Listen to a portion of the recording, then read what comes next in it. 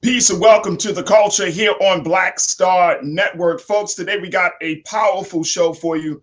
Let's talk about and let's get into a deep dive about about the reparations and the history of this country as we're going to confront America's tragic past, folks. We're going to have a conversation about why folks are even trying to cancel Black History Month. Can you believe that? Plus, we're also going to talk to Barbara Keeley of the Fannie Lou Hamer Institute in Los Angeles to give us an update about the reparations movement that's happening around the country. Plus, we're going to be checking in with our culture crew, Nira Muhammad and Elijah Miles, and so much more. So, folks, stay riding with us. We got a lot to get to on today's edition of The Culture right here on the Black Star Network. Let's go.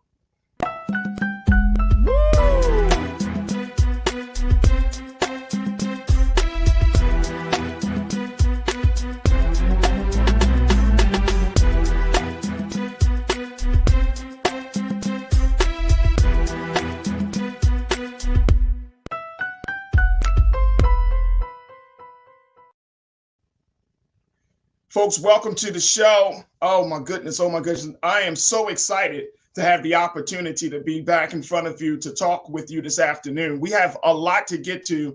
There is so much conversation in this country about Black people and the history of Black people. And today we thought we wanted to go into a deeper dive, a deeper conversation, a deeper discussion really about what the implications are and about the fact that we need to move this discussion to the next level. So I'm framing this as history and reparations.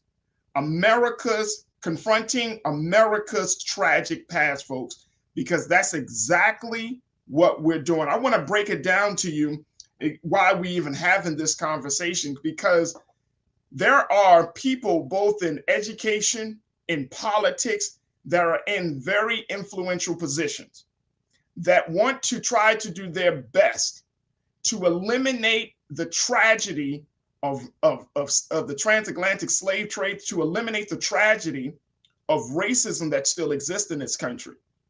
And I'm talking about teachers, I'm talking about political leaders, I'm talking about those who just say, you know what, we don't need to really deal with America's tragic past. We don't need to deal with the fact that all of these things have happened in America. We're past that. And it's always interesting to me, folks, that when people say that they're past a certain thing, are they talking about the people who were most affected, or are they talking about themselves?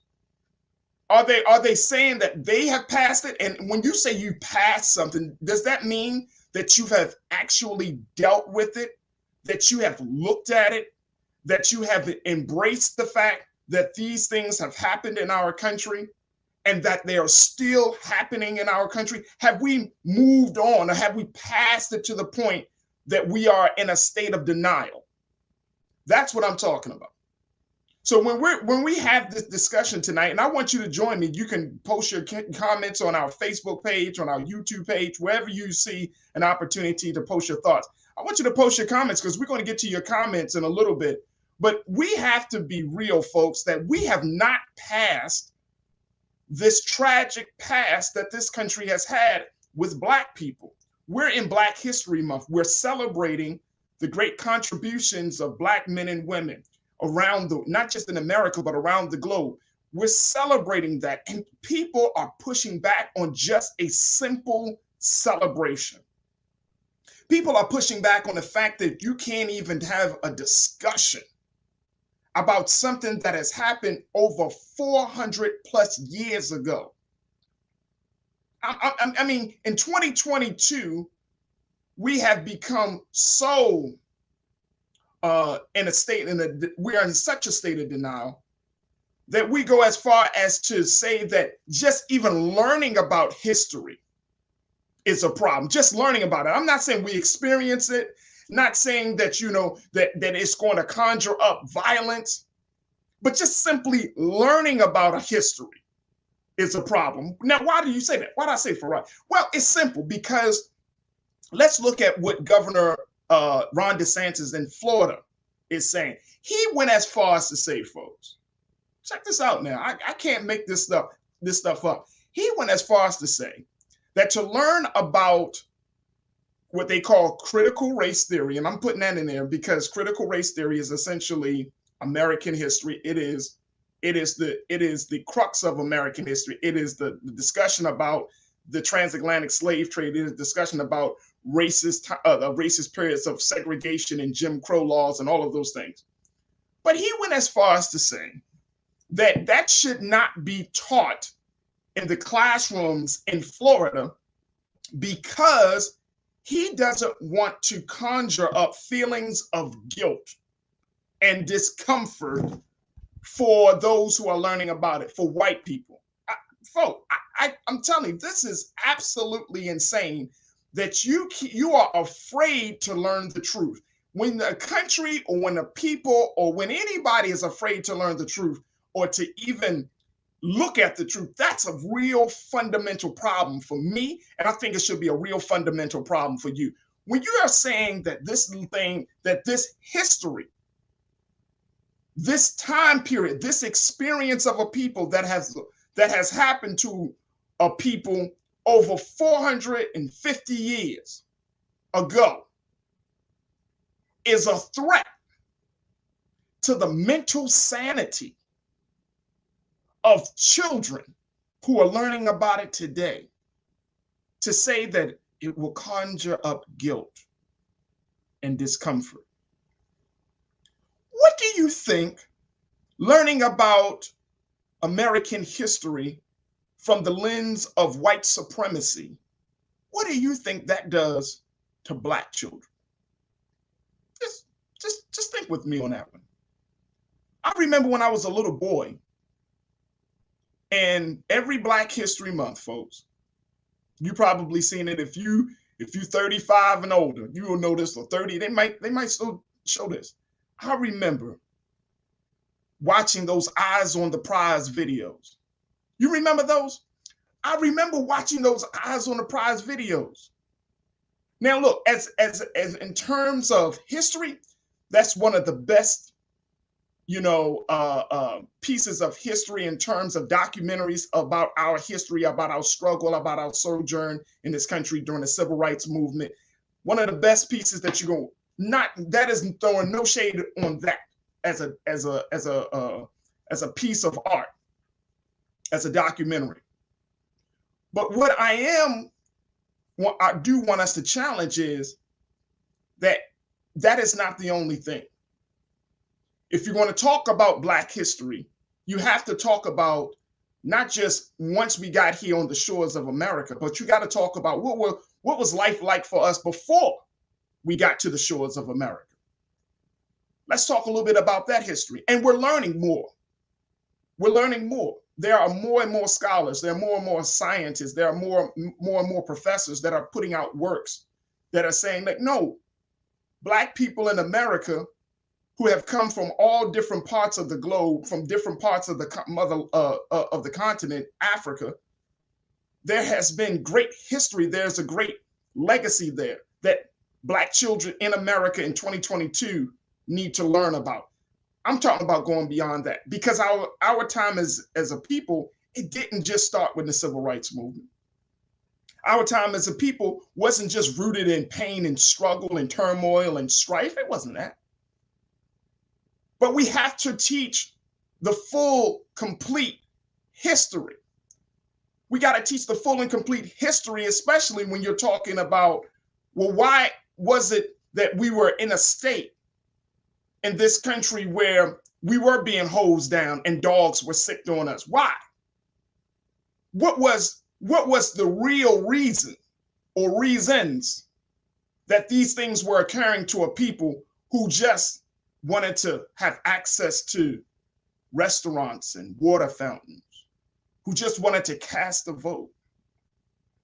See, that's the part, Governor DeSantis, that you don't want to talk about. You don't want to talk about how your forefathers had so much hatred in their heart that they wanted to make sure that Black people stayed in their place. You don't want to talk about that. You don't want to show the reality of where you came from. So instead, since you don't want us to show us the reality of where you came from, you want us to deny where we came from. You don't want us to be exposed to the true history of how we got here. And that's a problem. Because when you don't know your past, how are you going to determine your future?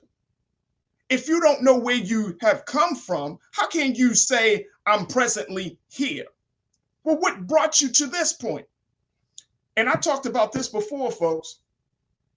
As a people, we do ourselves a huge disservice when we don't teach Black children about our history, about the history of our struggles, whether it's Black Power movement, the Civil Rights movement, whether it's our time during Jim Crow, whether it's the period where the Reconstruction period. If you don't teach Black children those things, then they don't have a context about where they come from.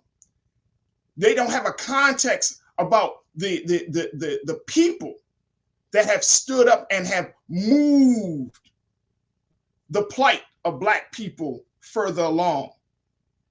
They don't have a context that they are part of a great legacy. So that's the one of the consequences of not knowing your history. And that is something that is being encouraged and promoted in this day and time. And we got to fight back, folks. We really have to fight back on this whole idea that we should not learn our history. We cannot go silently in the night saying, well, that's right. I mean, you know, some of us, we are in that mental space where we say to ourselves, well, you know, that happened years ago. We passed that. Well, no. Well, you know, we don't have to worry about that now. It's all about us getting money. But do you really know that when a people experience a traumatic encounter, when they go through a traumatic situation like the transatlantic slave trade, do you know that experience is passed on genetically? And they have done studies on this, genetically, from those who were living in that experience to those who are reading about that experience.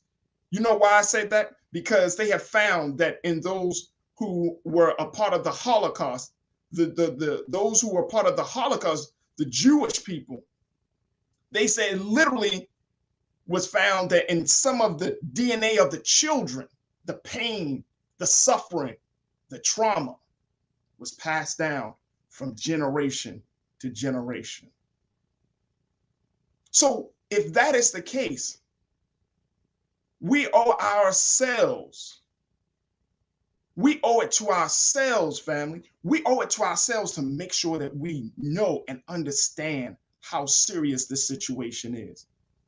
We can't go silently in the night. We can't go silently in the night. And I hope that as we have this conversation, that you understand how serious this really is. So look, I want us to take a quick pause. When we come back, we're going to check in with our culture crew. We're joined by Nira Muhammad and Elijah Miles.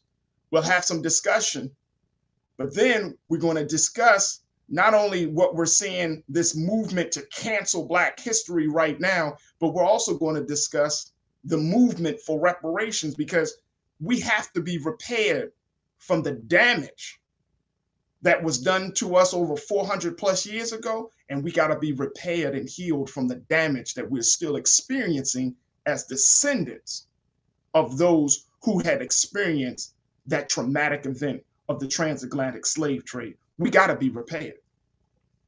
It's not about money, it's about healing. It's not about money, it's about America confronting her tragic, ugly past. It's not about money, it's about making a people whole again. We got to be repaired. So we're going to have that conversation. So stick around. There's a lot coming up on this first hour of the culture right here on the Black Star Network.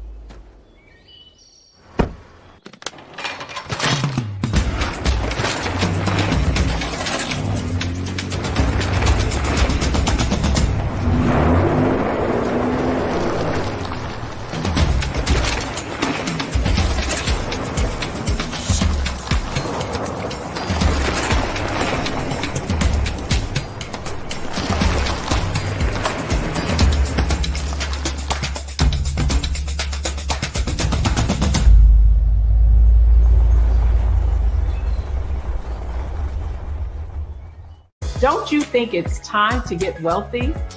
I'm Deborah Owens, America's Wealth Coach, and my new show on the Black Star Network focuses on the things your financial advisor or bank isn't telling you. So watch Get Wealthy on the Black Star Network.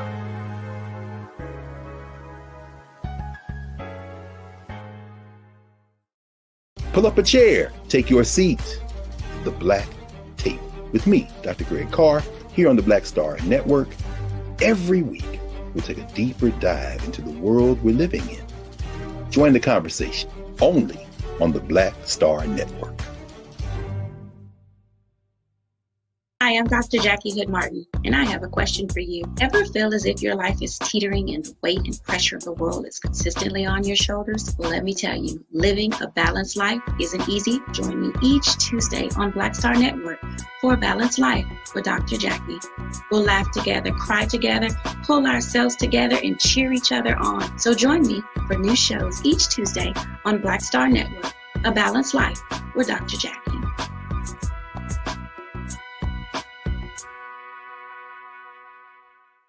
Folks, Black Star Network is here. Hold no punches. I'm real revolutionary right now. Support this man, Black Media. He makes sure that our stories are told.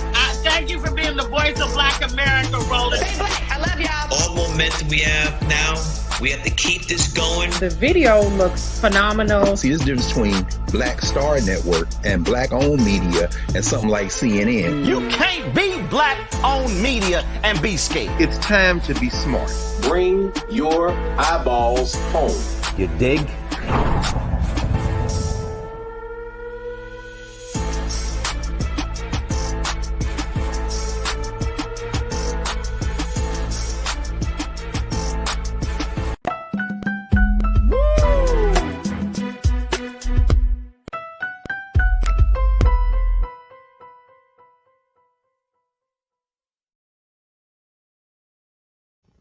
All right, folks, tonight we want to have a very big conversation, something that I'm very excited to share with you, to have with you today, which is this conversation about history and racism forcing America to confront her tragic past. And this is a conversation that we have often in bits and pieces, but not taking the time to truly look at what is going on, how there is major efforts right now that are happening across the country where Black people and the history of Black people are under attack.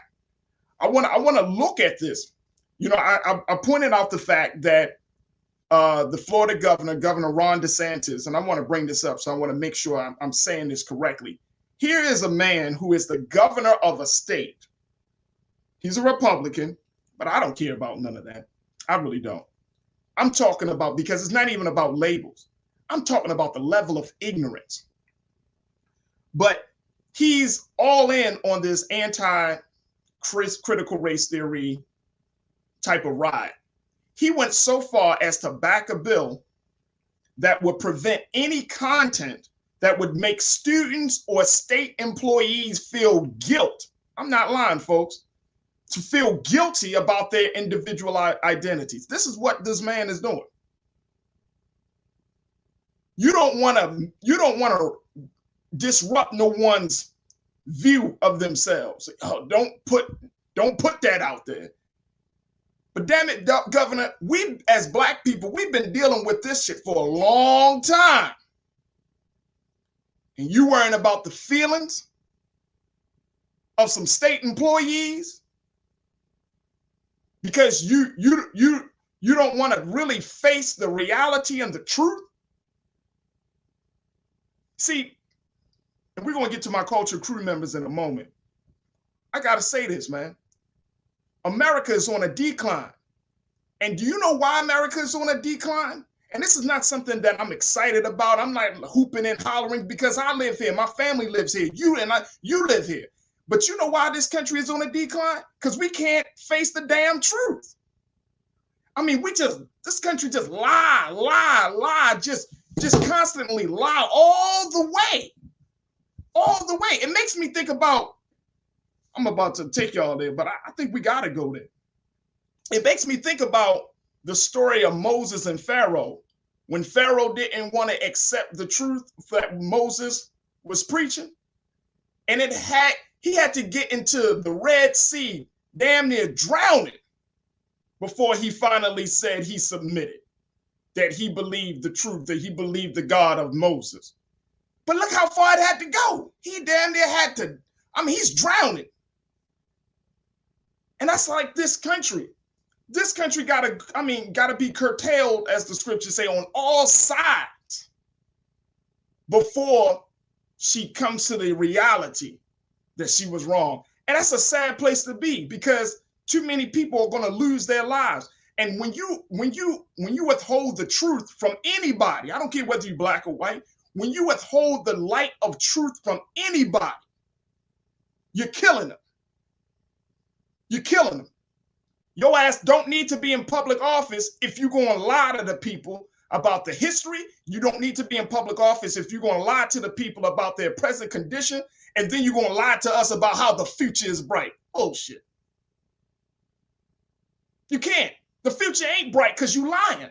You keeping people in the dark the whole time. So this is what Governor DeSantis is doing. Glenn Youngkin in Virginia, the governor there, doing the same damn thing. He went as far as to create a tip line for parents. I'm not making this up, folks. He created a tip line for parents who object to the content being taught in schools. What the hell? We're talking about simple American history. 20 years ago, there was no critical race theory. It is what it is. It's like, this is the history. It is what it is. But you're now creating a tip line for people to complain about learning about the truth? And you're going to tell us. And I'm saying you telling black people in this country, just go along to get along. Go out here and vote. It's sadness. It's sadness. And we deserve so much better. And for those of us who are seekers of truth, we can't be quiet nowadays. We can't be quiet. I want to bring in my culture crew. I want to bring in writer, educator, host of Queen Talks with Nira podcast. You can hear that on all streaming platforms. My wife, Nira Muhammad. Nira, thank you so much again for joining us. Always good to have you. And we're also joined by my brother. He is an activist. He is an educator. And man, he's rocking and rolling, doing the grassroots work in the city of Baltimore and other spaces. Brother Elijah Miles. Brother Elijah, thank you so much, sir, for being a part of the show tonight. Making sure I can hear you. Brother Elijah, I got you. Yes, sir. Oh, great. Great. All right. Look, I'm all ramped up, dear. I'm fired up because we at a point right now. It's just an all-out war. It's like an all-out war right now because as much as people say light versus dark is truth and lies, just the lies right now. The fact that you got people in this country, Niram, that really are saying literally cancel Black history. Like, what is this about? Let me first start off with this quote by my guy, Dr. King. He says, "Nothing in the world is more dangerous than sincere ignorance and conscientious stupidity." Conscientious stupidity. First of all, I'm a lover of history. Let's just say that. I love history. I think that a tree without history, we're a tree without roots. I've said that before. So the fact that Black history has been turned into something called critical race theory. First of all, let me just say, as an educator, Black History Month was never about making white people feel bad. Even when I teach about Black History Month, I've never taught from the lens of making white people feel bad. This is about honoring the greats. This is about teaching our babies about the strong Black men and women who have come before them, because unfortunately, because of integration, so much of our history has been watered down and omitted from our educational system. So one of the things that that I wanted to share from Farajii Woodson, who, by the way, I studied urban education, elementary education at Morgan State University. And out of all the theorists that we learned about during education, the only Black theorist that we learned about was Farajii Woodson. Let me just say that. He is the only theorist that we studied when studying education and theories and all these great philosophies that we learn about to even become an educator. Farajii Woodson was the only Black person that we studied. Just throwing that out there. Wow. And he said, for those who have no record of what their forebears have accomplished, lose their inspiration, which comes from teaching biography and history. Who are we if we're not on the backs of our forebears? Who are we without all of the amazing Black men and women who have come before us, who have struggled to get us to where we are today? How dare we not honor them? So you know what? Down in Virginia and all these other states, one, we have to push back. That's some bull crap, that the fact that parents can call in and say, hey, I don't like that my kids are being taught Black history. But let me just say, it's not just Black history. In Virginia, they're also moving to remove Black history. They're removing to anything about the Holocaust. They're removing anything that has to do with the annihilation of the Native people here in this land. So this is not just about Black history. This is about anything that makes white people not look great. That's crazy. This is about making white people feel better about themselves. That's all this is. Literally, that's all this is about. And I want to just say, I've had the amazing opportunity to teach white children, to learn with white children. They were fine with learning this stuff. In fact, they wanted to learn this stuff. They didn't feel bad, and I didn't make them feel bad because I had no reason to make those babies feel bad. So that's just bullshit all around. Absolutely. Elijah, when you see the efforts to cancel Black history, the way that we're seeing it in this country, and this is 2022, Elijah, we're not talking about 1982, we're not talking about 92, we're not talking about 2002 or 2012. 2022, we've had 8 years of a Black president. We got Black folks in leadership roles and from politics to education to arts and entertainment. I mean, across the board. Yet we're talking about canceling just teaching other people in the world about the great contributions that Black people have made in America. You're talking about canceling that level of knowledge to children in schools in this country. All out war to me, brother. What's your take? It's definitely war. It's definitely war. Neely Fullett said that if you don't understand white supremacy, what it is and how it operates, everything that you think you understand will only confuse you. And so I don't think it's so-called ignorance or stupidity. I think it's a direct assault on Black children. I think it's a direct assault on the minds of not just Black kids, but kids in general. I think it's a direct assault on our identities and the culture, because we know, whether it's psychologists or sociologists, we know that stories lay the basis of how we see ourselves and our identity. So we don't have a who am I or who are we without stories.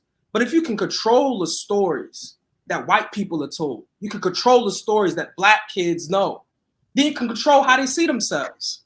And the issue with that is that when Black kids look at the murder rate in Chicago, or when Black kids look at the drugs in Baltimore or the things in Detroit, where Black kids look at the stuff that they see in their community, without the stories, without the history, all you can conclude is, man, we ain't nothing. Yeah, we ain't nothing. But every effect has a cause. But if you hide the cause, then all you have as the effect is yourself. And so we look at it and say, man, we ain't nothing. We ain't never going to be nothing. And I agree with you, brother Farajii, that we have to know about Martin Luther King, Malcolm X, Marcus Garvey. And then we also have to know, and the Honorable Elijah Muhammad, got to put him out there.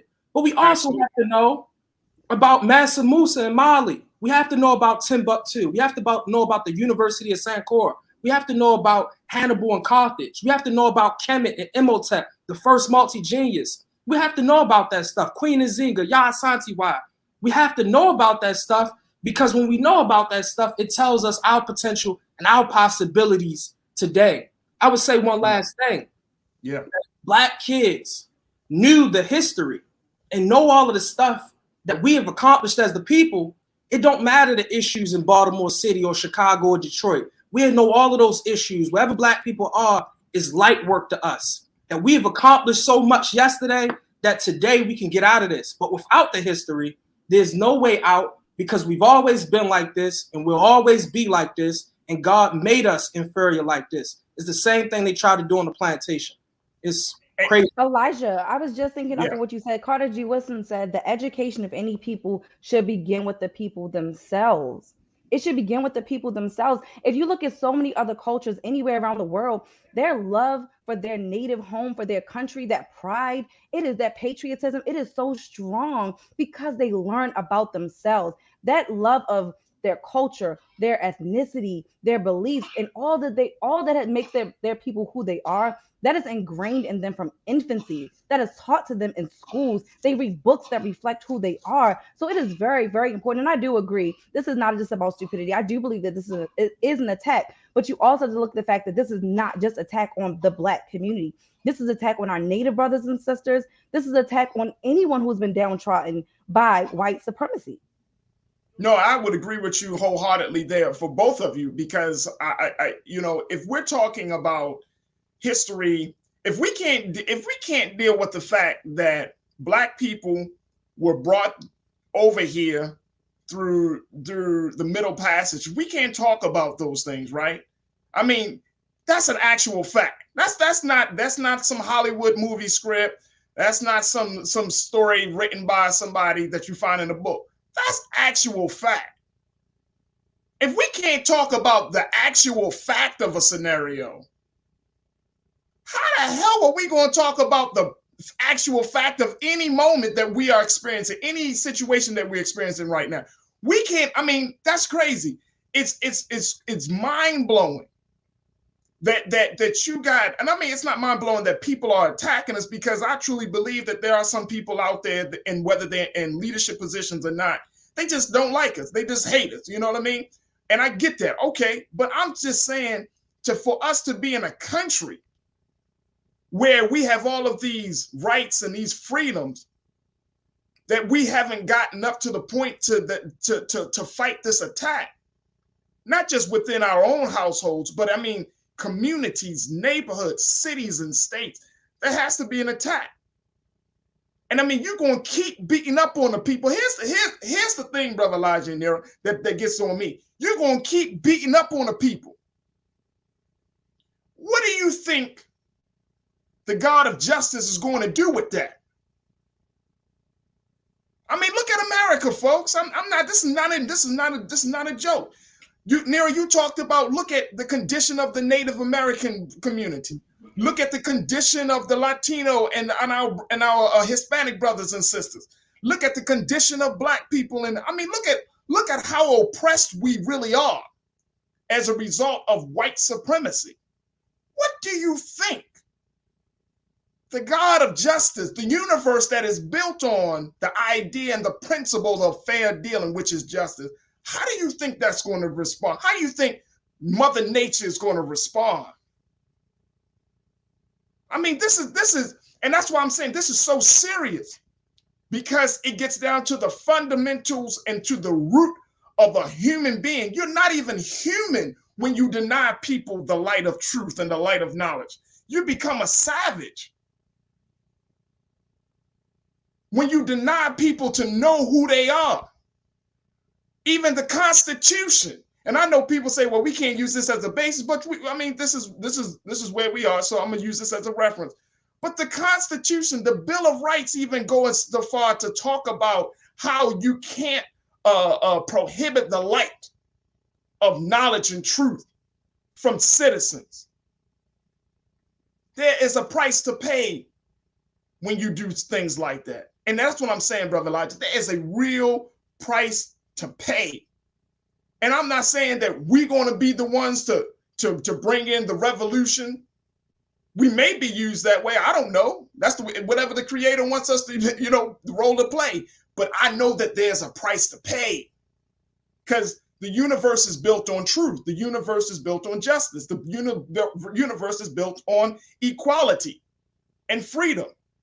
Those are natural laws, immutable truths. there's a price to pay.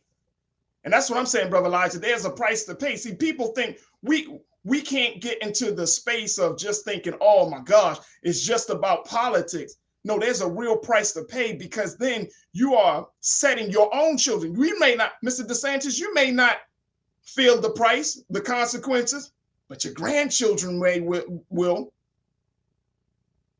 Your nieces and nephews, those who are coming behind you, Mr. Youngkin, they will. They're going to feel that because of your ignorance and stupidity and because of your savage thinking. Brother Elijah, go ahead, talk to me, brother. I would say, man, you're right on with all of this stuff. And we do have to fight back any way we can. Because when you control a people's knowledge of history, you control their destiny. Because history is the guidepost to a people's destiny, as Marcus Garvey teaches. So it's a control over destiny. Where we go as a people will be determined by our knowledge of history. And so when you are fighting back against our understanding of history, our very understanding of the world around us and how we got to where we are, and you control white people's understanding of history, then it puts us back in a place where we are going to stay in our situations that we're in right now perpetually, or we just won't have the tools to fight against them that we used yesterday. But when you give him Malcolm X and Marcus Garvey and Muhammad Ali and all these great people before you, you say, dang, to be a real man, to be a real woman, black man or woman is not just to rap or play basketball, but it's to be a part of the progression of my people. And just how they sacrificed for me yesterday, I'm going to honor them by sacrificing in some way, shape, or form to get us forward today. You can't do that. You're not even grounded in real purpose, collective purpose, without an understanding of history. And they're trying to rob us of all of that. And we got to fight back to make sure our kids know who they are and make sure all kids know the history of this country, which we played a big role in creating. Absolutely, absolutely. Folks, we're going to take a quick pause. When we come back, we're going to check in with the director of the Fannie Lou Hamer Institute. We're going to talk to the director, Brother Baba Akili. We're going to give us some insight about the state of the reparations movement, because just as much as we talk about CRT, just as much as we're talking about pushing forward some type of legislation, we do need to talk about the repair that needs to take place in order for us to move forward in this country. We need to be repaired. This country needs to be repaired, and we're going to have that discussion. So stay with us. We still got a lot to get to in this first hour of The Culture right here on the Black Star Network.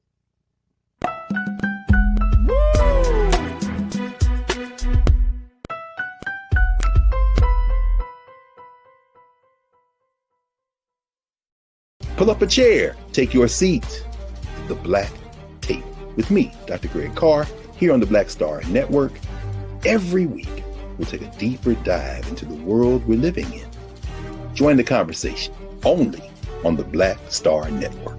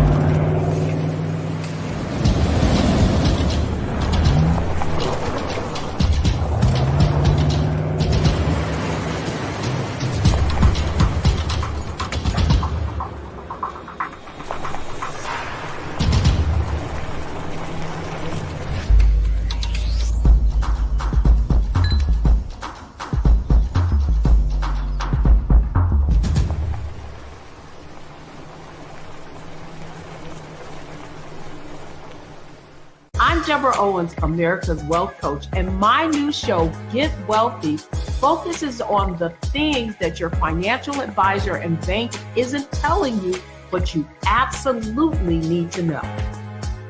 So watch Get Wealthy on the Black Star Network.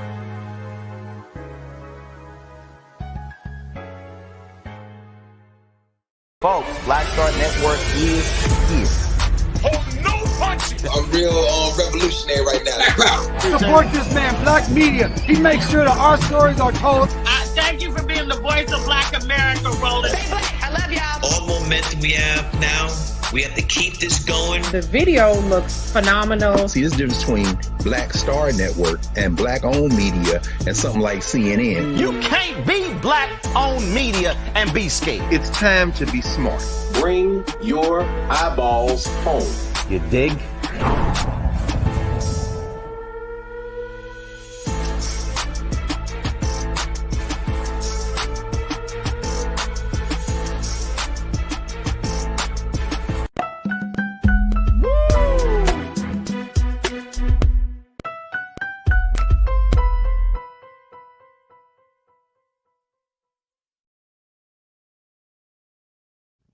Folks, we've been having a very, very robust conversation as we talk about history and reparations, confronting America's tragic past. We're talking about these things. Of course, this is Black History Month, but more importantly, we're seeing that there is an all-out assault on Black history, of understanding the truth.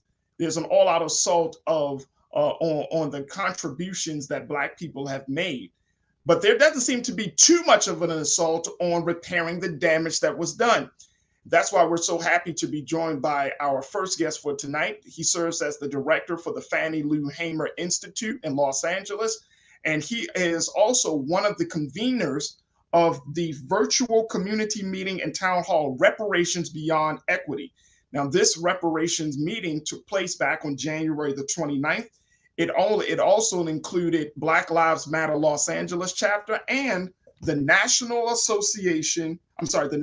African American Reparations Council. We are so happy to be joined by now Baba Akili from the Thandie Lou Hamer Institute. Baba, thank you so much for joining us this afternoon. How are you? Thank you, and I'm glad to be on, and thank you for having me. Absolutely, Baba. It's an honor and a privilege and a pleasure. And I wanted to bring you on just because, as we're having this conversation about how there are efforts to cancel Black history, as another part of that is that there's a reparations discussion, right? There is a growing reparations discussion. I have been in talks with one of the, I would say, leading scholars on reparations, my good brother, Dr. Ray Winbush. We've had many conversations about reparations, and when I had my radio show, and we're going to have more here on this platform. So I'm telling you up front, Baba, you are always welcome to be on this platform, dear brother. You got a space here. But when we look at this conversation around reparations, oftentimes the narrative is rooted in money. And in my opening remarks, I'm saying we need to get past the money. There is something inherently valuable about talking about repairing the damage that was done to a people. Can you speak to that? Absolutely. And one of the things I do want to do is I want to make clear, I'm on the board of the Institute of the Black World. And the Institute of the Black World is the convener of the National African American Reparations Commission, NARC. It is the experts on reparations and has been working with NCOBRA, which is the oldest organization that it's been around since 1987, working on the issue of reparations. And so what I and others did with the Thandie Lou Hamer Institute, I was invited to, I was invited to a national symposium on reparations in Evanston, Illinois. And because it's the first city that actually is paying reparations to descendants, and in some cases, descendants of Black folks who were discriminated against and displaced in Evanston, Illinois. They get $25,000 to put down on a home, to put down on a down payment for a home, or repair their home, because what they studied was what harm was done to us as Black people between 1911 and 1969, and they decided on housing as a way for reparations. So it is certainly about making repairs, repairing the harm, and also acknowledging the hurt, harm, and damage that was done to Black people. And so one of the things that the at NARC has, the National African American Reparations Commission, is a 10-point program that looks at not starting with acknowledgement, apologies, and then moving to 9 other areas that can be invested in. And part of what we did with our reparations town hall was we had small group meetings after the larger plenary with some dignitaries like Julianne Malveaux, Dr. Maulana Karenga, Dr. Ron Daniels, and Robin Rue Simmons, who is the retired alderperson from Evanston, who had the vision and fought for reparations for Black people in Evanston. So we had a very lively discussion, a very informative discussion. Then we broke down into small groups, and we asked people, what do you think reparations should go for? How should it be developed? And then we talked about funding sources. And where do you think it should come from? In Evanston, they decided to create a $10 million program from the sales of cannabis. That's how they're. Oh, wait a minute, hold on, Bob. And now we getting into something real deep on this one now. We getting into something real deep. You're saying the sale of cannabis, the way they set that up in Evanston, Illinois, the sale of cannabis allowed them to get the process started. Yep. Paying reparations from the sale of cannabis. Yep. Wow. And in large part, I mean, they looked for resources. They looked for funding. And that was one of the places that they saw that we have, the whole war on drugs was a war on Black people. It's a war on Black people. And so they felt like it was fitting to take the so-called war on drugs, which was really a war on us, and take the resources from that and apply it to reparations. And they're getting $10 million. Wow. And they're going to be, and that's one of the places in around the country where Black people are actually getting reparations. One of the things I would encourage you to do and ask you to consider in future programs, one, and I'll certainly share this with you, is bring on Dr. Ron Daniels with NARC and Sister Robin Rue Simmons, so that they can talk about in detail about the 10-point plan that NARC has and how it is that Evanston was able to, within 2.5 years, develop, create, and implement reparations in Evanston, Illinois. I think it's a great learning experience. And I was so enthused by it that I came back to LA and we talked with the Thandie Newton Institute about, starting the year. What did we want to start on? And it was raising up this issue of reparations, educating people about it, because, the issue has come and gone a couple of times over the years.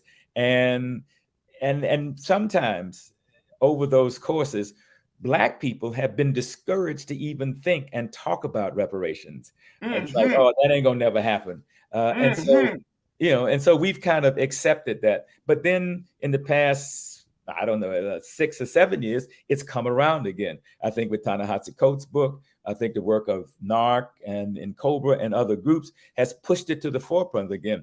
There's been legislation in Congress since 1989 that was introduced by the late Congressman John Conyers to H.R. 40 to study reparations. This current H.R. 40 not only creates a commission to study the harm, damage, and hurt that was done to Black people because of enslavement, but to talk about implementation. And Baba, that's what I was going to ask about very quickly. How far are we? Because there was some point I remember, I think it was maybe last year or probably 2019, but sometime before COVID, there was more. It seems like that piece of legislation was getting some traction. You saw more Black Democrats, for example, who were signing on and pushing it and saying, look, We need to have it. Like you said, it established the commission. So I'm wondering how far politically is this issue going? Well, certainly in Congress, and like I said, it's been introduced every year since 1989, and in those years, through those years, it couldn't even get out of committee. This year, for the first time, it's gotten out of committee. It's got 195 co-sponsors, wow. And which is more. We've never had more than about 40 co-sponsors, 45 co-sponsors in all those years since 1989. This time we have 194. There was a great hearing that was held by Sheila Jackson Lee, who is now the author of HR 40, where she had Ta-Nehisi Coates, Dr. Julian Malveaux, a number of very prominent reparations experts and academics talking about the need for reparations, the meaning, value, and impact of reparations, and so it caught some steam.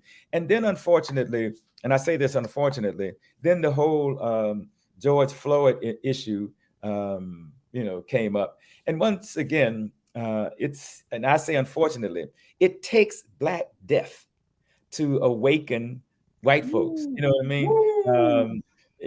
Because we have been struggling, certainly, and Black Lives Matters has been around now going 8 years. We have been, raising our issues in the streets and the rest. But it took the death of a Black person, George Floyd, Breonna Taylor, Ahmaud Arbery. It takes our death to move white people to some level of consciousness about, wait, maybe things ain't right here. Maybe we need to do something here. But that's a heavy price for any people to pay. And what I find I was going to say ironic, but it's almost 100 years since the Red Summer of 1919, where Black folks were just killed indiscriminately, and 100 years since the massacre in Tulsa. So that's a heavy price, a very heavy price for any people to pay to get a society that they help build and contribute to accept our presence here. One of the things I heard you all talking about is the attempted erasure of Black folks just before we started this conversation. And for me, there are 4 conditions that Black folks have to deal with: white supremacy, institutional racism, individual bigotry, and mass denial. Wait a minute, hold on, Bobby. I gotta. You taking us to school right now, dear brother. So but these are my observations, and they're your observations. Can you give us those 4? I love those. I love it. Well, think about it. White supremacy first. That is, whites thinking they're superior, and then they create institutions to reinforce that thinking. So we have institutional racism. And then they individually support the institutions. So we have individual bigotry. And then we have mass denial. White folks today, even the Klan is denying that they're racist. They're just upholding their heritage. And so the mass denials allows the individual bigotry to exist. The individual bigotry supports the institutional racism. The institutional racism supports white supremacy. And so they're all linked together, and as we look at racism, the denial and deprivation of a people's history, humanity, and right to freedom based exclusively upon race, you can see what's happening here. In many ways, we have gone through, at least my observation, we have gone through a kind of cold civil war, and you could see it happening when Obama got elected. And you can see the results of it now. And we're kind of shifting into the second Reconstruction, if you will. Think about and look at the historical patterns that we see existing now. Look at the Obama administration, the South rejected Obamacare, even though white people would benefit from it. They rejected it in large part because they didn't want Black people to benefit from it. And you look at how they attacked President Obama, and then you can see the backlash, if you will, today. and this whole effort at erasure that you can't even talk. As a matter of fact, we in Black History Month right now. If you let DeSantis and the governors from most of the Confederate states and some of the more conservative states in the country, we won't have Black History Month next year. Right. Because Robert, that's why we brought up the conversation. I want to get us started. I want to get us organized for next year. Yeah. And we're gonna have to, and if we're gonna keep Black History Month, you can almost hear it now. Well, why do they? I mean, we've heard it many years before, but why did they have to have a designated month? Can't we just talk about all of American history? I mean, and that's also a part of the denial. That the denial that there is any racism in this society. Can't we just be one big society? And when we say that, what you do is you erase us. When you talk about color neutral and all those kind of terms, you erase us. We get left out. We get dismissed. And so part of what reparation does is brings us to first the meaning, value, and impact. The meaning of reparation is to repair, to restore. The value of it is it contributes to making a people whole that has been harmed and hurt. And then the impact is it contributes toward, at some point, at least closing the wealth gap. We talk about it now, but we got to close it. And one way to contribute to it being closed is through reparations. Baba, I know your time has with us is short. But again, I want to say first and foremost, thank you so much for being on the show with us today. You are always welcome. I want to take you up on that offer, of bringing Dr. Ron Daniels onto this platform, because I want to put it at the forefront of our people's mind, the seriousness of this. And I think, in this time that we're in, with this level of assault from legislation, from the attitudes that people have about Black history and Black life and Black culture, and especially about Black bodies, we can't afford to not constantly be reminded of how serious it is for us to get involved in this struggle, in this work. I agree. We have to constantly be awakened. And I love your 4 points, because even us, you saying that that's for white people, but I can think the same way for Black people. White supremacy, we get into a space of institutional racism. We're like, no, we all diverse here. We go through a place of individual bigotry. Oh, I don't like them over there. Those them crazy Black folks, because they talking about we good over here. And then mass denial, where some of us live in better homes, and so we start to believe I'm good. The police don't pull me over because I live in this neighborhood. And we need to be reminded that nothing has changed, unfortunately, in 2022 America. So, Bob, I appreciate and love you. Thank you so much, brother. And thank you so much. And we need to be having these conversations with each other. They are tension-filled. And as one of the things that Patrisse Cullors talks about in her new book, and a quick plug for it, Abolitionist Handbook, is courageous conversations. We need to have courageous conversations with each other about what we think of each other, how we regard each other, how we support each other, how we sometimes don't support each other. One of the things that's happening now, and I'm going to have to run, but is that the Black Lives Matter and the Black liberation movement is under attack. Its leadership is under attack in large part because they're women, and seriously, and because we have been successful in changing the narrative, in having the discussion. We took a simple statement like Black Lives Matters and has turned it into a movement where people are saying, yes, Black Lives Matters. And because Black Lives Matters, we demand reparations. Yes, Black Lives Matters, we demand an end to police violence. Yes, Black Lives Matters, we demand an end to state-sanctioned violence in all its forms, social, political, and economic. And so we've took a statement like that, Black Lives Matters, and turned it into a movement. And we know, and we should remember that when we fight, we win. And so we're going to have to constantly fight. We're going to have to constantly be on shows like yours and use platforms like these to make sure, one, that our voices are heard, two, that our understanding is shared, and three, that we engage and involve our sisters and brothers in the fight back as we continue to be successful. So I thank you for giving me this time to share, and I look forward to returning and sharing more with you. Absolutely. Baba Akili, director of the Fannie Lou Hamer Institute. Baba, we appreciate you and I love you. Thank you so much for the work and continuing to keep us posted on the struggle. Thank you, brother. All right. Thank you. Folks, we got to take a quick pause. When we come back, more conversations about it. Many of you have already checked in on our YouTube and Facebook page with your comments. We're going to have those comments. We're going to continue the conversation with our culture crew members, Elijah Miles and Nira Muhammad, and so much more in the next hour. So stay with us. It's The Culture, only on the Black Star Network.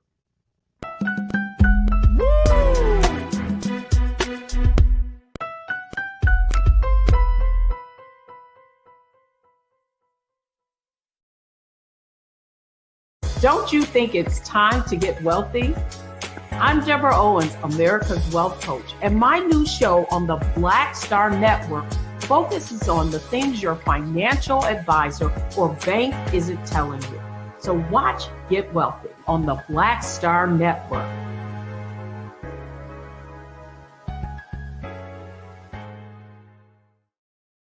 Hi, I'm Dr. Jackie Hood Martin, and I have a question for you. Ever feel as if your life is teetering and the weight and pressure of the world is consistently on your shoulders? Well, let me tell you, living a balanced life isn't easy. Join me each Tuesday on Black Star Network for A Balanced Life with Dr. Jackie. We'll laugh together, cry together, pull ourselves together, and cheer each other on. So join me for new shows each Tuesday on Black Star Network, A Balanced Life with Dr. Jackie.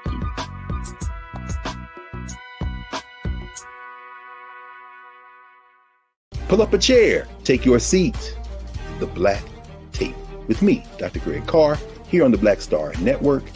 Every week, we'll take a deeper dive into the world we're living in. Join the conversation only on the Black Star Network.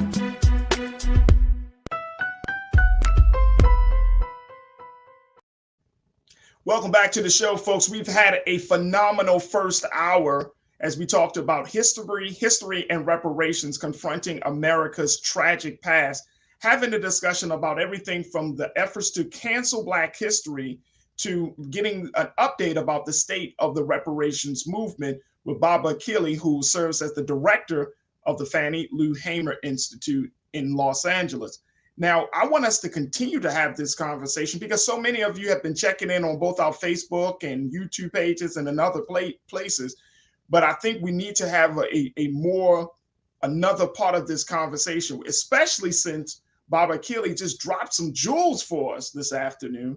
And I thought maybe let's dive into this. So I want to bring back my culture crew members, Nira Muhammad, who is a writer, an educator, and host of Queen Talks with Nira podcast, and my brother Elijah Miles, who is an activist and the founder of Thandie Family, as he serves as the chairman. Nira, Elijah, wow. When we talk about reparations, there's a lot to talk about. And one of the big things I was listening to as I was hearing Baba, Nira, is the fact that it's not about money. I said this, but he just drove home the point for me. It's really not just about the money. Yeah, I would have to agree. It's not just about the money. It's about the fact that it's recognition, it's reparation, repairing. And of course, we can never truly repair all the damage that was done, but just acknowledging and even, I feel like reparations in some ways are an olive branch. When it was given to the Japanese, it was seen as an olive branch. When it was given to surviving members of the Holocaust, it was seen as an olive branch. I really love when he mentioned that the sales of marijuana has been used to pay back some of those reparations. I think that's a big thing. What was her name? Is it Cynthia Nixon from Sex and the City? I think she mentioned that a few years ago, and she got a lot of flack around that. And when she mentioned it, I was like, bruh, that's actually a dope idea. Why not? To be honest, I mean, I know personally when I go to the dispensary, I don't see a lot of people that look like me. I don't. I see a lot of people that look like me struggling to try to purchase marijuana. I see a lot of them going to jail for marijuana. Mm-hmm. So to see it become this new trendy, cool, hippie thing, you're in the dispensary and I'm just like this only Black girl in there. And it's just like, oh yeah, try this, try that. And I'm just like, damn, when did we become cool? Right. Because I feel like in my community, it's always been looked at as a negative. Oh, you smoke weed. That means you don't want a good job, But just thinking about the fact that here's something that has plagued the Black community, but can actually be used now to help repair the Black community. And that's why I wanted to bring it up, because I thought that was very, very strong. I think that if you're talking about money, that's a good place to start.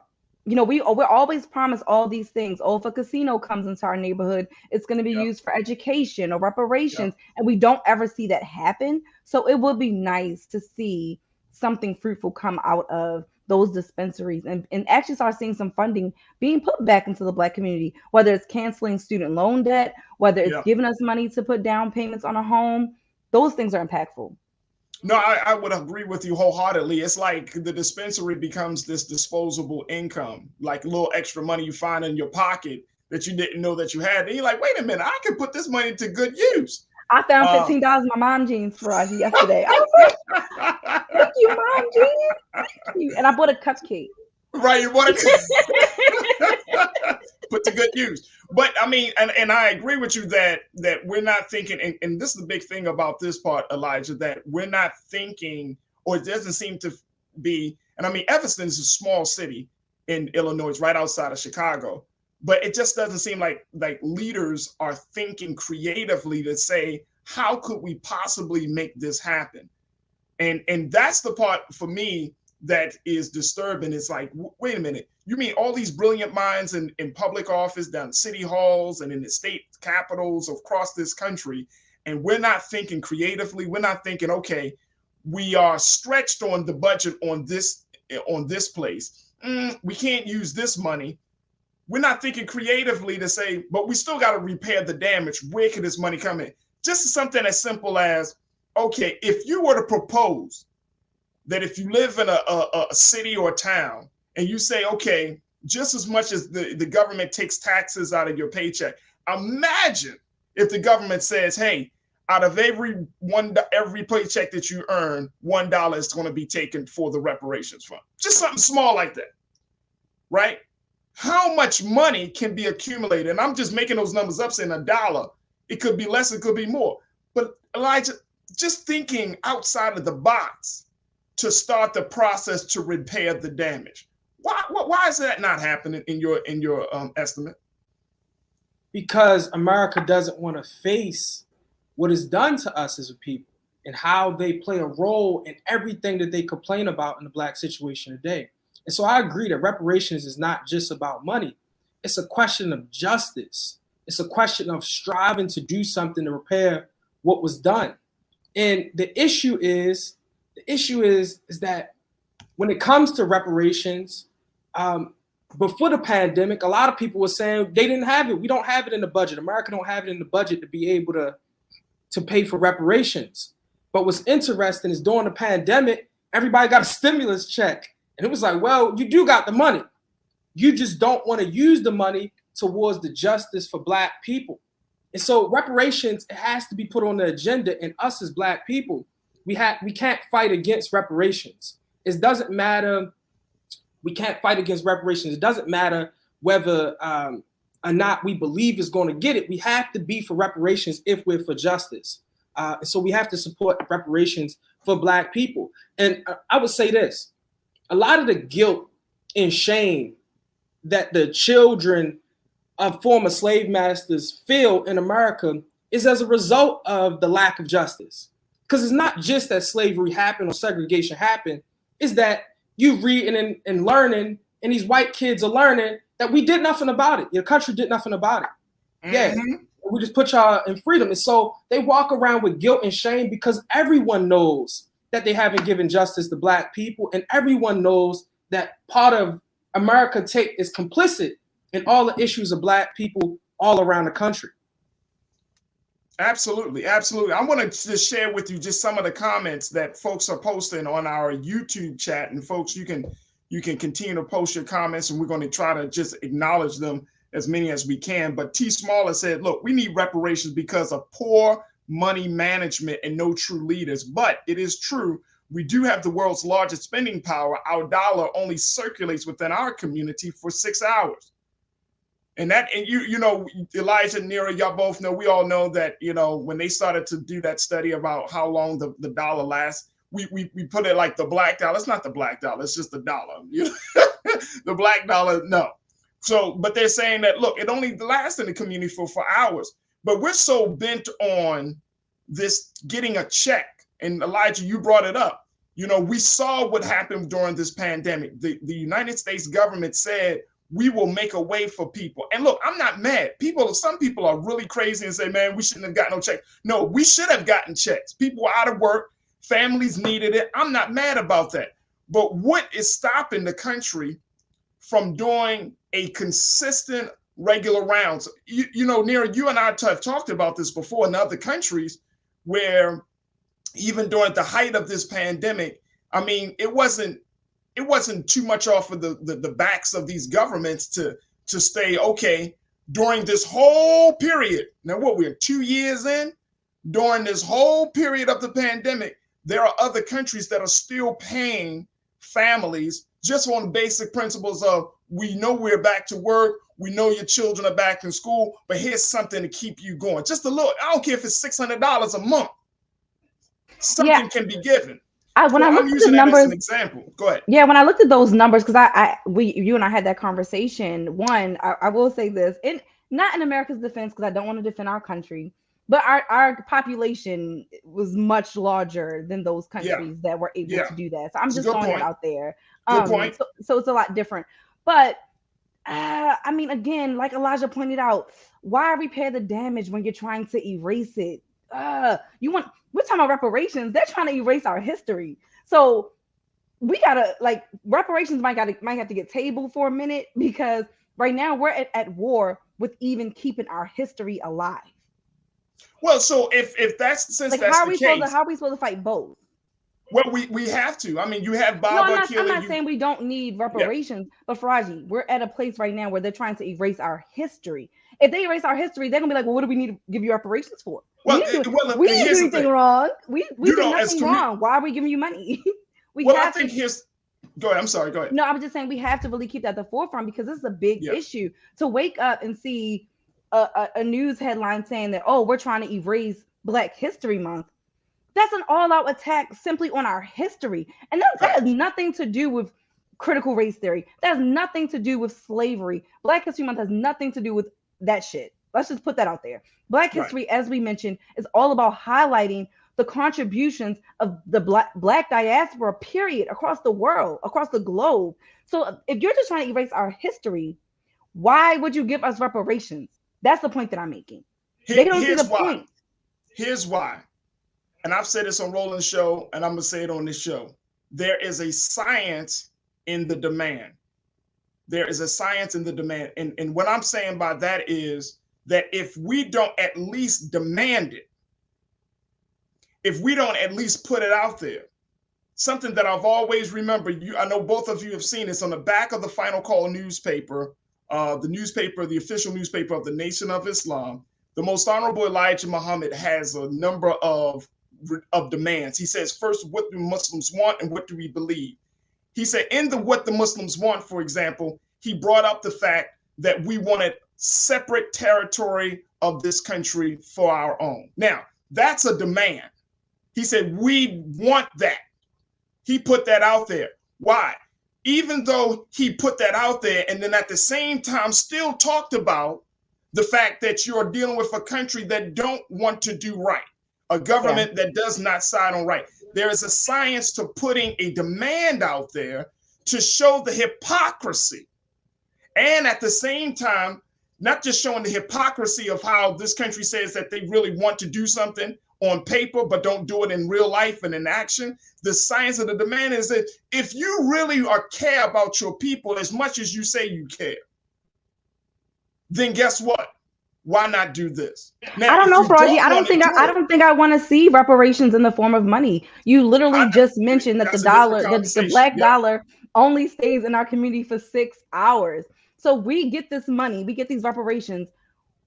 What does it do for us in the larger picture, on the larger scale? I think that's for me. I'm wrapping my mind around what reparations look like, what it does for the Black community, what we do with those dollars, how it propels us to the next level. So I'm not saying we don't deserve reparations. I do believe that we do deserve reparations. I just want us to be very strategic in what we're asking for. Yeah, I agree with you. I agree with you. And that's one of the big things, Elijah, that, you know, I've had a few conversations with Dr. Ray Winbush. He's the author of Make America Pay, and he talks about the reparations, one of the leading scholars of reparations, of the reparations movement. And one of the things he offered and proposed in saying that, look, reparations don't just have to be checks. Reparations can simply be allowing the next generation to go to Ivy League schools for free. Reparations could be land ownership. See, when we're talking about, one of our watchers, Christopher, said multi-generational reparations equal generational wealth, direct cash payments for 25 generations. It's the only way. I'm talking about multi-generational payments or generational wealth. I would rather for Black children who are the sons and grandsons and the great-great-grandsons and of the descendants to go to, why can't you go to Harvard for free? Hey, I'm all for it. I'm all for it. I know you go to Yale for free. Why can't you own, what happened owning? You don't need 40 acres. Give us 1 acre. Give every family who has the capacity, give us 1 acre of land. And say, okay, here's your 1 acre, good fertile ground. It's worth this amount of money. And then we'll support you for 20 years. Man, Farajii, you know, a lot of Black people gonna be like, I'm selling it. I'm selling it. I hope not. Land. You want to take me? I'm gonna let you take over. Even if, Nara, it's still the question of justice. It don't matter if we throw it all back. The point is, you owe it to us. You know what I mean? And it was a question early after slavery. It was a lot of people that were trying to keep us in slavery because they would say the Black man, the Negro, the nigga is not ready for freedom. And then when we got out, they're not ready for the right to vote. They're not ready for education. And so the argument right now against reparation is like Black people ain't ready. They're not going to do the right thing. That's not a question. The question is, you owe us it. So calculate it and give it, because that is justice. It's justice. And so I do. It breaks my heart that I feel like it's going to go right back into the white community. I just feel like, but I get you. Even when I look at Black successful people, we equate success to white shit. Like, if I'm successful, that means I need to have some white shit. Like, I gotta have Gucci, I gotta have Louis, I gotta have Chanel. I don't even look at success looking at a Black. And there are a lot of Black brands that are luxury. I personally try to seek them out and purchase from them. But it's just sad. It's like you have to beg your own to even support within the Black community. And I feel like that's just what bothers me. It's like, okay, we're going to get this money and then we're going to be broke again. It's like the people that win the lottery that typically take the payout all at one time. There's studies that show that typically within the first 2 to 3 years, they're broke. Millions of dollars gone. That's the truth. I just don't want that for our people. That's all I'm saying. I just want something better.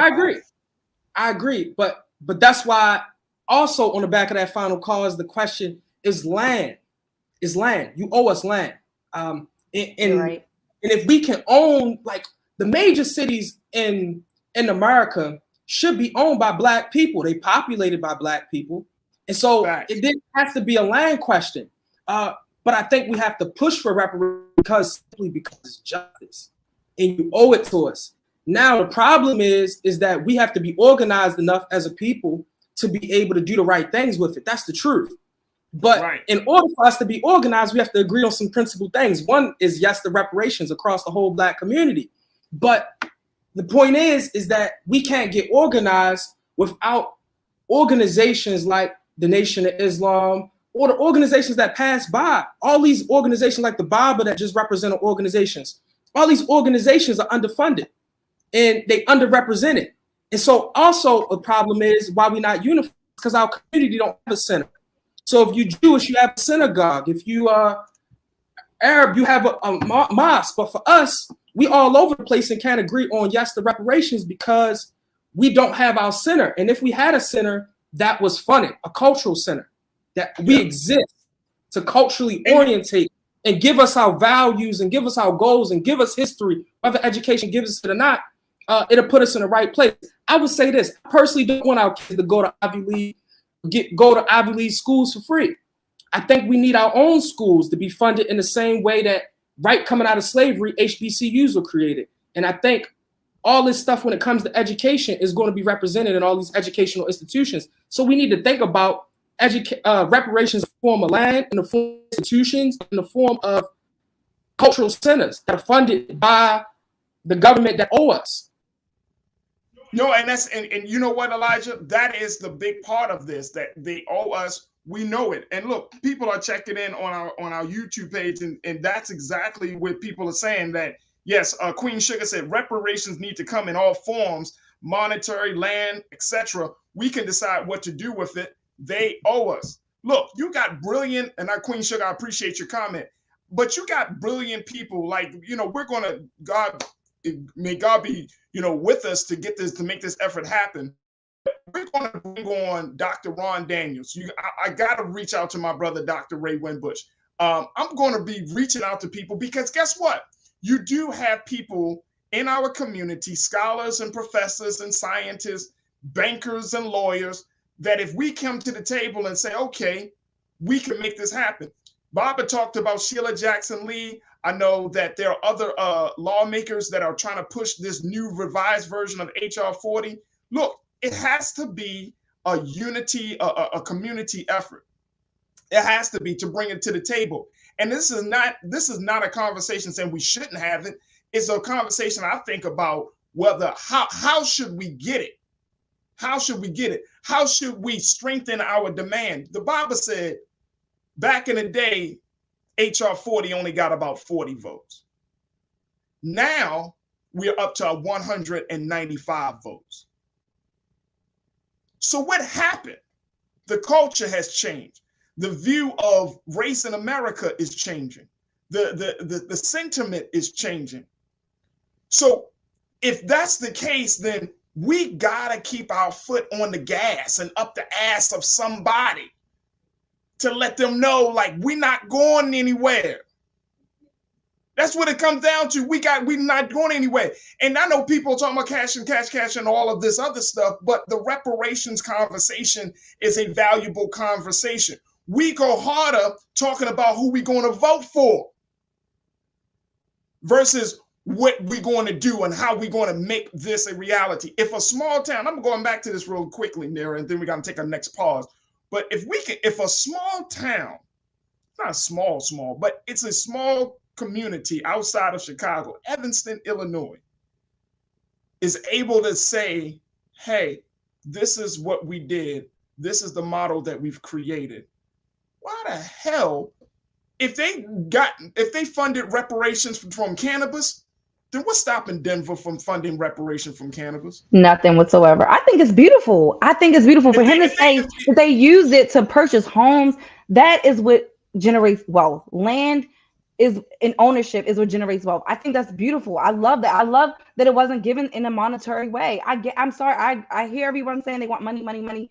I just don't want to see us beg for these reparations and then end up back in the same situation because we squandered that shit. That's what I'm saying. And that's what happens too often. So land, education, I'm all for it. I am. Folks, look, I'm all for it as well. Folks, we got to take another pause. When we come back, we'll continue the conversation. We'll also go over trends, posts, and doing the most, and a whole lot more. So stay with us. Another 30 is coming at you here on The Culture, only on the Black Star Network.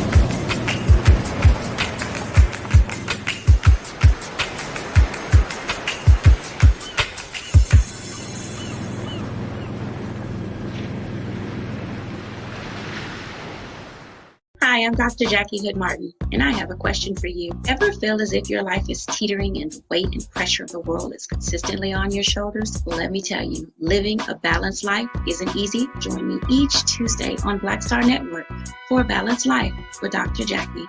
We'll laugh together, cry together, pull ourselves together, and cheer each other on. So join me for new shows each Tuesday on Black Star Network, A Balanced Life with Dr. Jackie.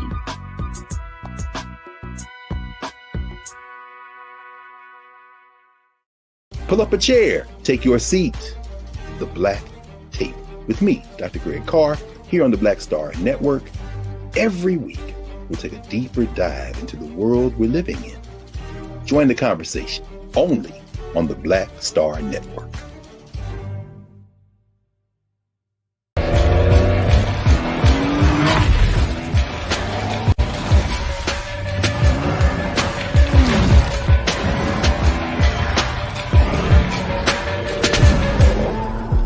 Folks, Black Star Network is here. Oh, no punches! I'm real revolutionary right now. Support this man, Black Media. He makes sure that our stories are told. Thank you for being the voice of Black America, Roland. Stay black. I love y'all. All momentum we have now, we have to keep this going. The video looks phenomenal. See, there's a difference between Black Star Network and Black-owned media and something like CNN. You can't be Black-owned media and be scared. It's time to be smart. Bring your eyeballs home. You dig?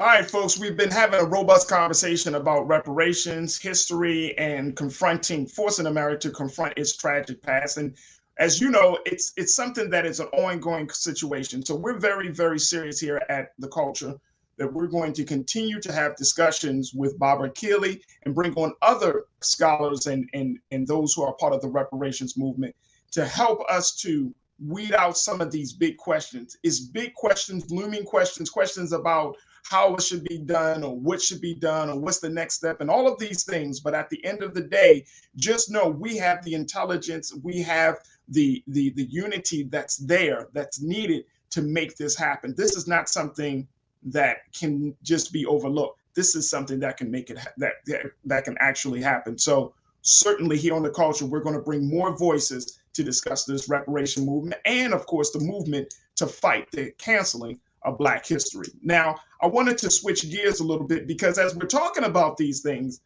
me personally, folks, I am the type of person that is I'm always about learning. I'm always about, seeking the knowledge to keep up on what's going on and staying posted on these things. But we got to ask ourselves the question, is knowing too much, is having all of this knowledge about what's going on, is it really, really good?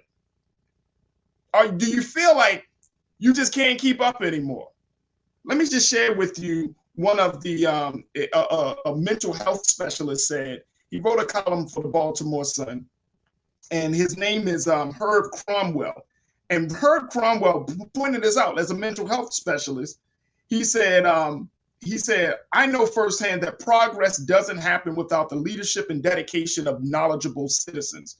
But lately, the tasks at hand are so daunting that positive change seems beyond the reach of even the most well-informed. Climate disaster looms, gun violence continues unabated, voting rights are suppressed, and overall stability and comity deteriorate. The uninformed and misinformed contribute to needless COVID-19 deaths. Lies and conspiracies threaten our very democracy. He said, every minute brings news that is not only discouragingly negative, but leaves a mere mortal feeling hopeless.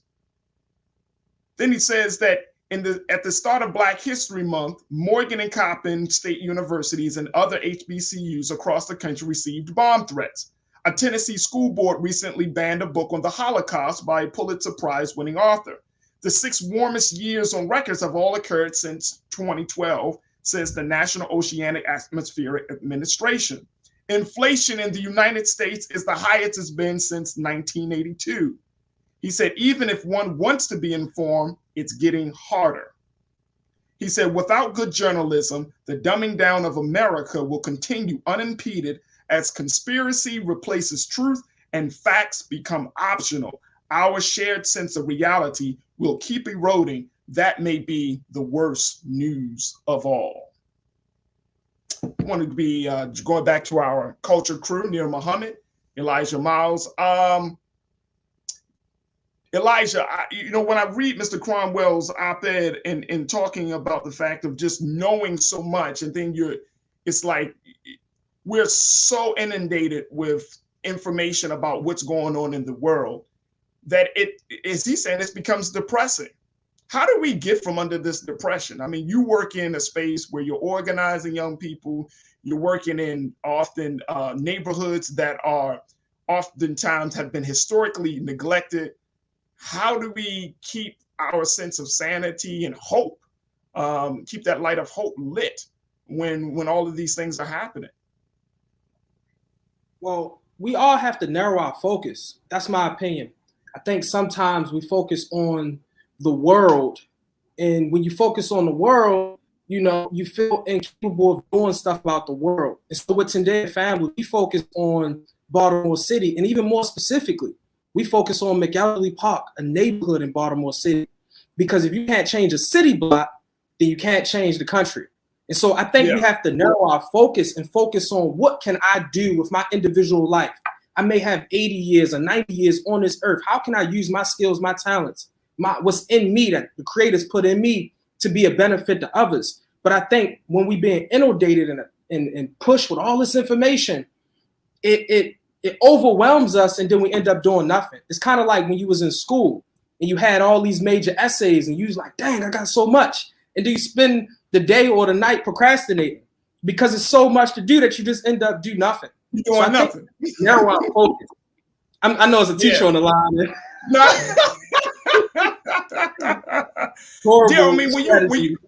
I love it. I love it. But when we're talking about learning about so much, right? And everybody, we're in a social media period of time where everybody is like, oh, did you know? People always come up to me. I think it's the funniest thing in the world. When people drop like facts or they tell me about stories, they like, Farajii, did you know this? And I'll be like, nah, you didn't know this happened in 1975. And it's like, bruh, I'm reading. I got so many damn news apps on my phone. I got all this stuff I'm trying to read. I'm trying to make sure, I'm trying to figure out what I want for breakfast and dinner. I mean, like, there's just so much knowledge and so much things to learn. And I'm wondering, is it just too much? You know, can knowledge is power, as Mr. Cromwell said, but it can also be a depressant. Do you agree or disagree with that? I agree. I don't necessarily agree that you have to like stay in your lane. I'm more of a take it in doses. Like I did find myself at one point in time like watching news and CNN so much that I was becoming so like stressed out, or I was either stressed out or desensitized, and I don't want to be either one of those. So again, taking information in moderation is very important. Also, make sure that if you're reading or you're watching news, take some breaks to read something that fulfills you. You know, you're really into those self-help books.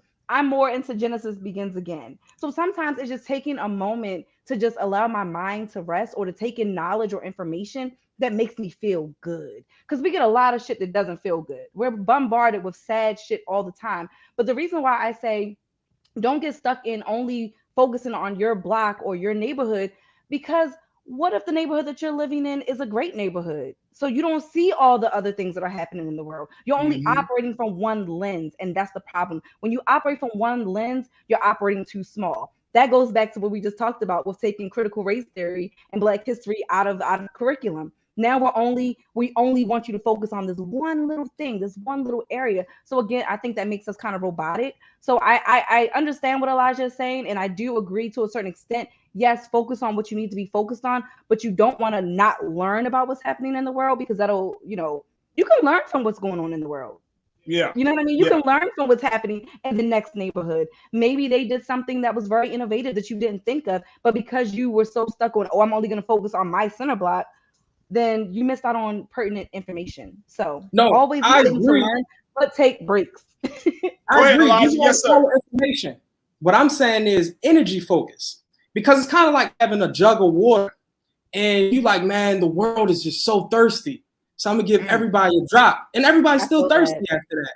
And so the thing is, what I love about people like our ancestors, like Malcolm X and Martin Luther King, they lived in a certain time period. Martin Luther King was more of a Southerner. Malcolm X is more of a Northerner. And you gotta, what I'm saying is your energy focus. You can learn all that stuff, but when I look at climate change, I'm like, dang, I know some people working on that. I'm gonna support those people, but that's not my focus. But when we say, man, my focus is everything, you end up doing nothing with your life. And that's the problem, in my opinion. And also I would say is that when it comes to city and community and all that stuff, things are getting better because the successful of us, our focus is so everywhere else. And it's like, yo, people are dying next door. You talking about drug addiction all over the place, your cousin on drugs. How about you help off it? And for me, that's what is like narrow your activity and actually put all your energy into something to make an impact, because we're not making an impact. We're just talking and dialoguing and debating on Instagram and on Facebook. And you didn't even talk about that as a media source. And we getting more about it just by the information taken on social media.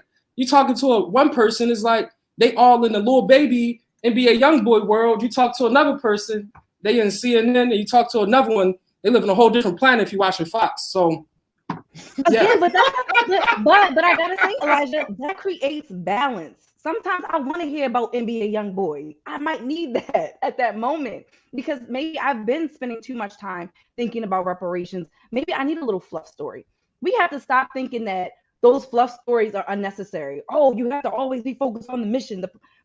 That shit will drive you crazy. Sometimes we need a little pop culture. Now, don't get me wrong. I'm not into like those crazy, reality TV shows. That's not my shit. But I get why some people need that. Sometimes you just want someone else's drama for a moment to take you away from your drama. And we need those mental breaks. That is what they are for. They are entertainment. So sometimes we're going to talk about those heavier stories, but we need the lighter stories too, because again, that word balance, that's the key thing here, balance. Yeah, I think so. And I think that the other key word is making sure that we don't get into an echo chamber. So that's the word, echo chamber, right? Like you should expose yourself to as much knowledge as possible, knowledge that you may not normally agree with, right? And I'm not saying that you buying the books from authors that you actually hate, or you watch shows that don't speak to your values. But sometimes I sit and watch Fox News, right? I watch it just to get a sense of, okay, what they're talking about. And for me, it's in some cases like comedy relief. You know what I mean? It's just like, oh, okay, that's crazy how they spin that story.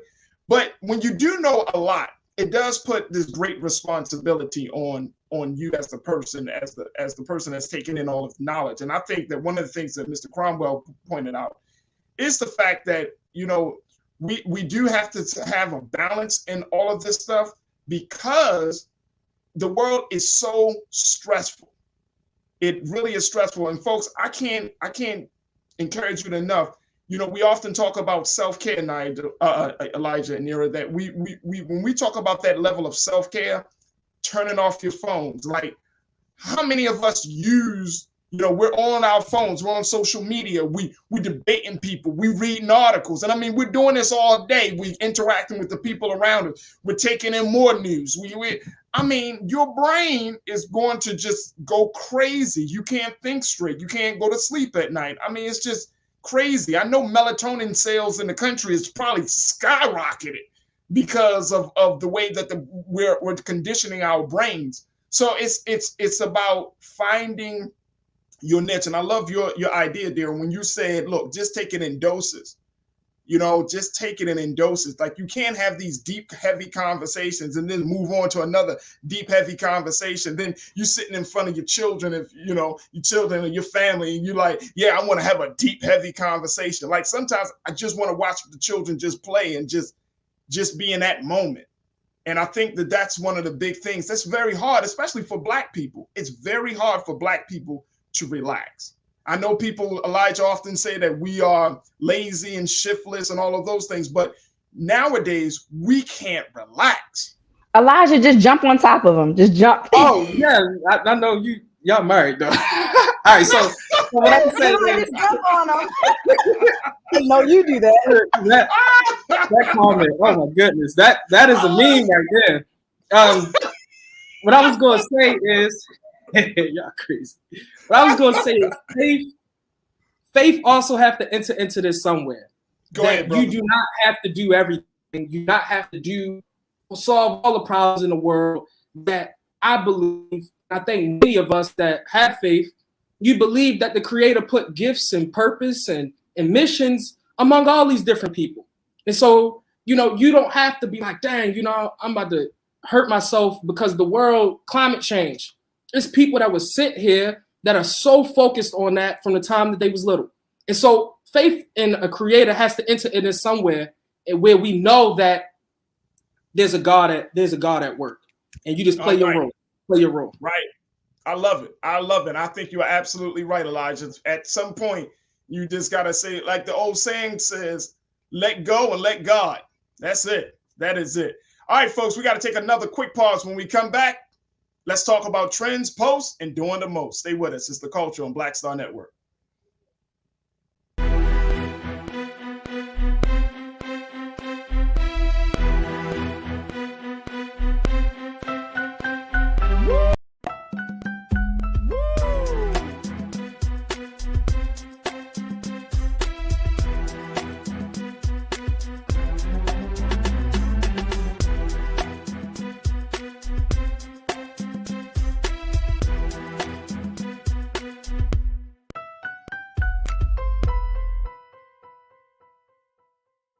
Pull up a chair, take your seat. The Black Tape with me, Dr. Greg Carr, here on the Black Star Network. Every week, we'll take a deeper dive into the world we're living in. Join the conversation only on the Black Star Network. Hi, I'm Dr. Jackie Hood Martin, and I have a question for you. Ever feel as if your life is teetering and the weight and pressure of the world is consistently on your shoulders? Well, let me tell you, living a balanced life isn't easy. Join me each Tuesday on Black Star Network for A Balanced Life with Dr. Jackie.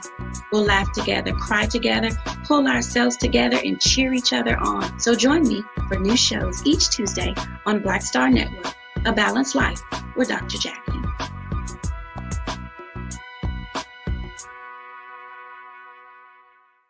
It's time to be smart.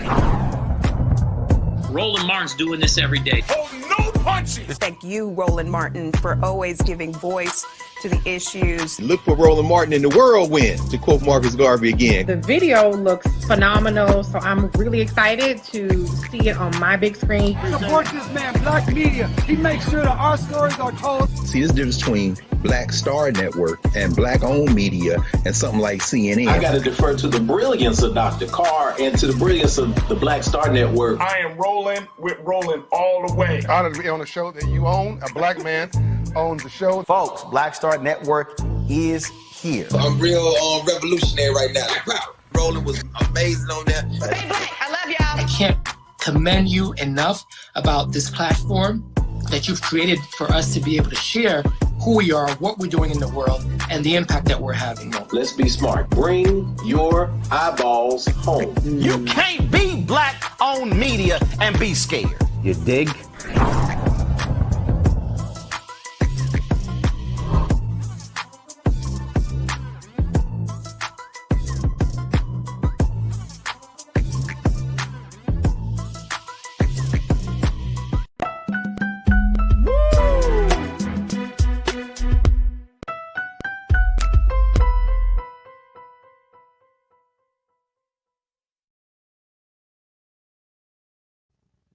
Oh boy. All right, folks, it's time for Trends, Post, and Doing the Most.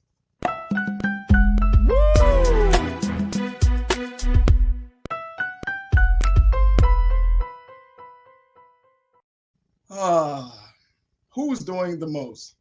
Thandie Newton. She's doing the most right now. If you remember Thandie Newton, she was in the show Westworld, and she went and did an interview with NPR.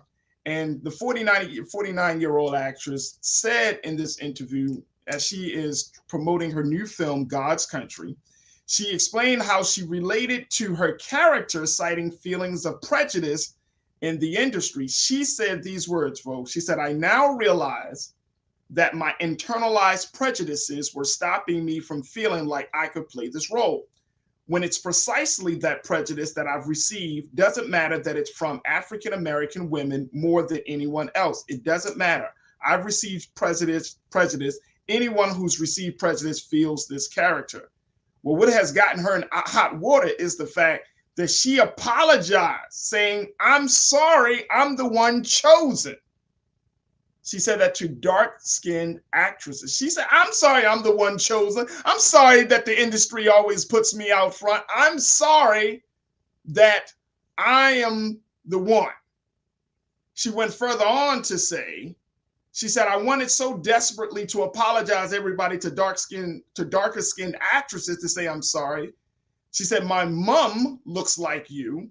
She's British. She said, "It's been very painful to have women that look like my mom feel like I'm not representing them, that I'm taking from them, taking their men, taking their work, taking their truth. But I do think that any woman of color, whether they're pale or whatever, they've managed to help other actors get into this business. We matter."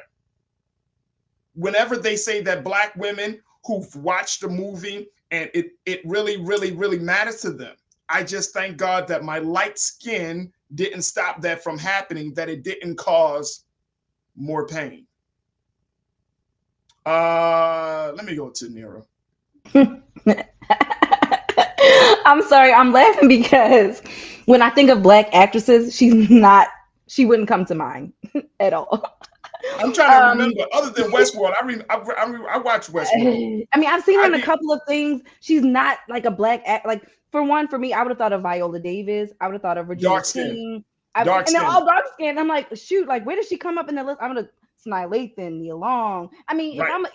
If you want to go to a biracial actress, Halle Berry is the first one that I would have thought of. I mean, she's just not an actress that's on my radar for her to make this statement. I don't think she's on a lot of people's radar.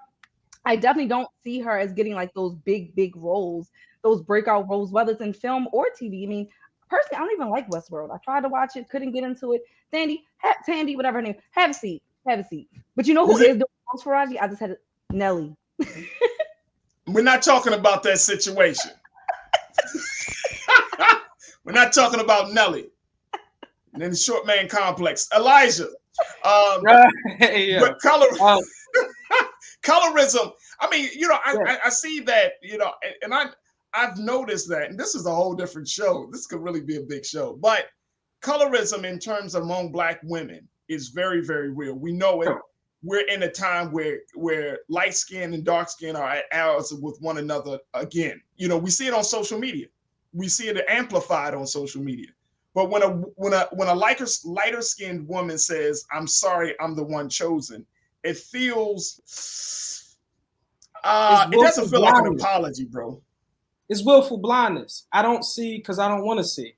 But colorism has a long history in the Black community, and I think any of the people that benefit from it or experience the negative side of it, mostly women, mostly Black women, they know it's the truth. We all know it's the truth. We see the music videos. We see the TV shows. We know the truth. And so the thing is, I think it's willful blindness on her part. Because I don't want to see because I don't want to see. She knows she's had advantages and privileges and things like that, and she doesn't want to look at that because she don't want to look at that.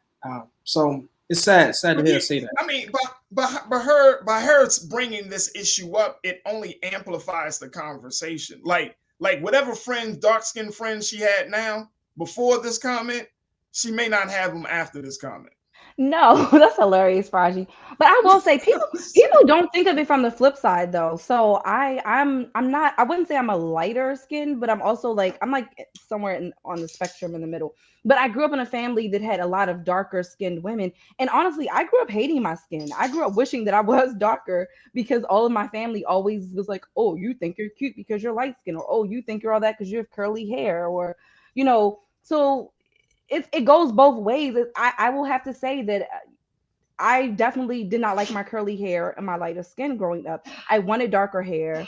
I wanted darker skin. I wanted thicker hair because that's what was around me. And I was made fun of for having lighter hair.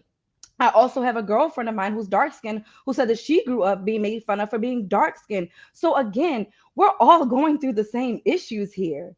Whether you're on the lighter spectrum or the darker spectrum, we're all being made fun of by people who are Black. At the end of the day, we're still Black. I should not have had to deal with so much self-hate because of other Black women, in which I did. It wasn't Black men that made me hate myself. It was Black women. So I would have to agree with that. I still deal with that. I still deal with Black women who make me feel less than, who have hurt my self-esteem. I have not had that issue with Black men as much. Wow. Oh, she was also, Sonia, thank you so much for checking in. Sonia said, Farajii, she was in the Tyler Perry movie, Good Deeds. I forgot that she was in that movie. Who watches Tyler Perry movies? Stop it. Tyler Perry, we love you, sir. Thank you. I'm just joking, Tyler. I'm just joking. All right, let's go to the next story. Here's something I thought was really interesting. According to the reports, folks, this is really cool. Madam C.J. Walker's descendant has decided to relaunch her hair care line. Sarah Breedlove, which is the name of the real name of Madam C.J. Walker. She became the nation's first woman self-made millionaire more than a century ago by turning hot combs into a hot profit. Her descendant, her great-great-granddaughter, Alila Bundles. That's interesting. Alila Bundles said plans to relaunch Madam by Madam C.J. Walker, which will be a new Sundial Brands beauty and hair care line. The collection of 11 new products was inspired, of course, by Madam C.J. Walker. And according to Bundles in a statement, she said, quote, "We work together to merge 100 years of research, development, science, and technology to ensure that the products are innovative and effective as the original Walker line." She said, "This collection embodies Madam Walker's spirit of empowerment and pays homage to modern women of color." I love it. I absolutely love it. Alila Bundles. I love it. I love it. Hey, Elijah, I love it. Did I tell you that? I love it, man. We need to bring it back. What's your take it's on dope.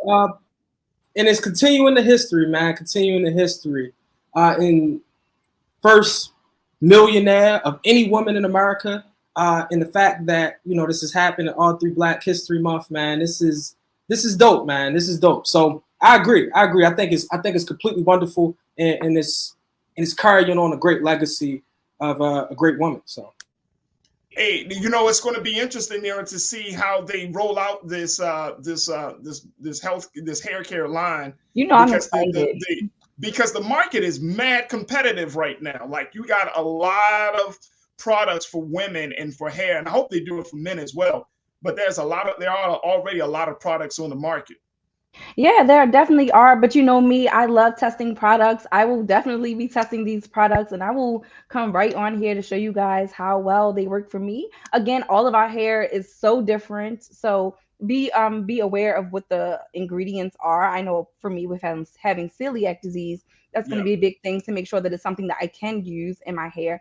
But I'm really excited, and I want to support, even if I just buy it and just have it, like, you know, for decoration. I'm definitely going to support. We have to support. I mean, this woman has inspired so many. Madam C.J. Walker has inspired so many Black women. I know. Just before the pandemic hit, one of my students, she said that when she grows up, she wants to be a hairdresser. For Black History Month, she was Madam C.J. Walker. So for the entire month, she had to research Madam C.J. Walker, and at the end of the month, she had to become Madam C.J. Walker and present on her. So again, this just speaks to our legacy and why it's so important to keep our history alive and to keep our history in the curriculum and in the classrooms for all children.